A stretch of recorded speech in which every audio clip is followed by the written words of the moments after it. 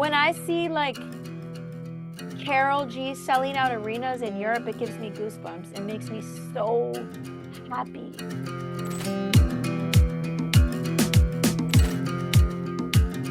Oh, Corazon is so dear to me. I was working on new music, and I made a really good friend in Canada with Lido Pimienta, who's from Barranquilla, and she's an incredible artist.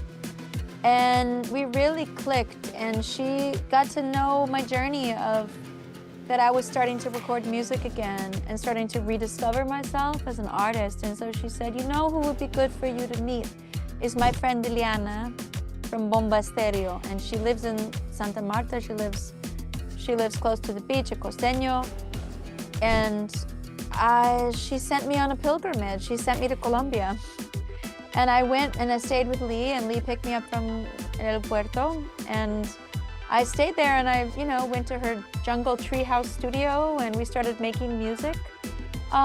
So when I got back to LA, I think I was starting to record the song Corazon, and I knew I wanted Bomba Stereo on the song. So I kind of went to their gig. They had a gig in Toronto, so I went. And I said, please, I know you're so tired. You just played a really big show, but can you come with me to the studio? So I ordered an Uber.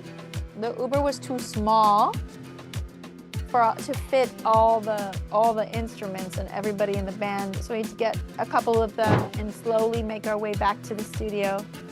And that's where we recorded a lot of the live instruments you hear on Corazon. And it's a kind of a cool metaphor, the journey of that song and my personal journey of having to find people like me. Liliana's una madre, también Lido. Nosotros somos madres, pero también rock stars. And I think sometimes we sacrifice one or the other, And I think having community around me and support, I would come home from the studio sometimes recording this album at 6 a.m. and I would text Lido, and Lido would be just getting off the stage, in Amsterdam, overseas. So I thought, okay, yeah, I'm not alone. There's other people like me, because, with anything you do, you just want to feel like that sense of solidarity, I think. Amongst women, yeah, you need that. You need to know you're not alone. You're not the only one in that journey. So I think that Corazon celebrates this idea that, okay, we lose control. That's how we are, we're human. We make mistakes, we flip the script, we fall on our face. But all that matters, if se viene de corazón, no tiene que ser perfecto. You know what I mean? You don't have to be perfect. That's not the point of life. You know what I mean? The point of life is to learn as you go.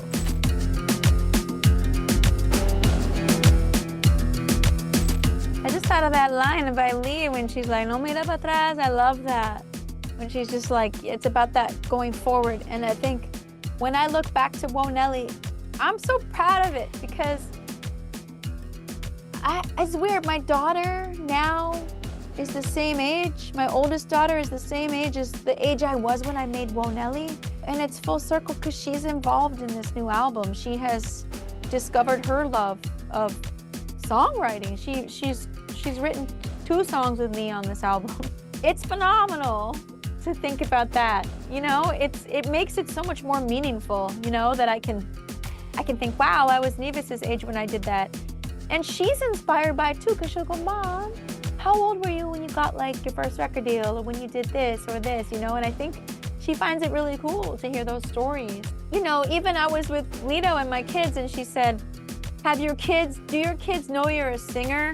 Because my little ones had no idea that I sang for the first years of their life. They didn't even know at all that I was a performer until quite recently, the last couple of years. I took time off. I was a stay-at-home mom for 3 or 4 years. I didn't set foot in a studio. And that's why my new album sounds like a celebration. If you listen, when it's not out yet, but when you hear it, it's like a party, because it became my social life, Friday night.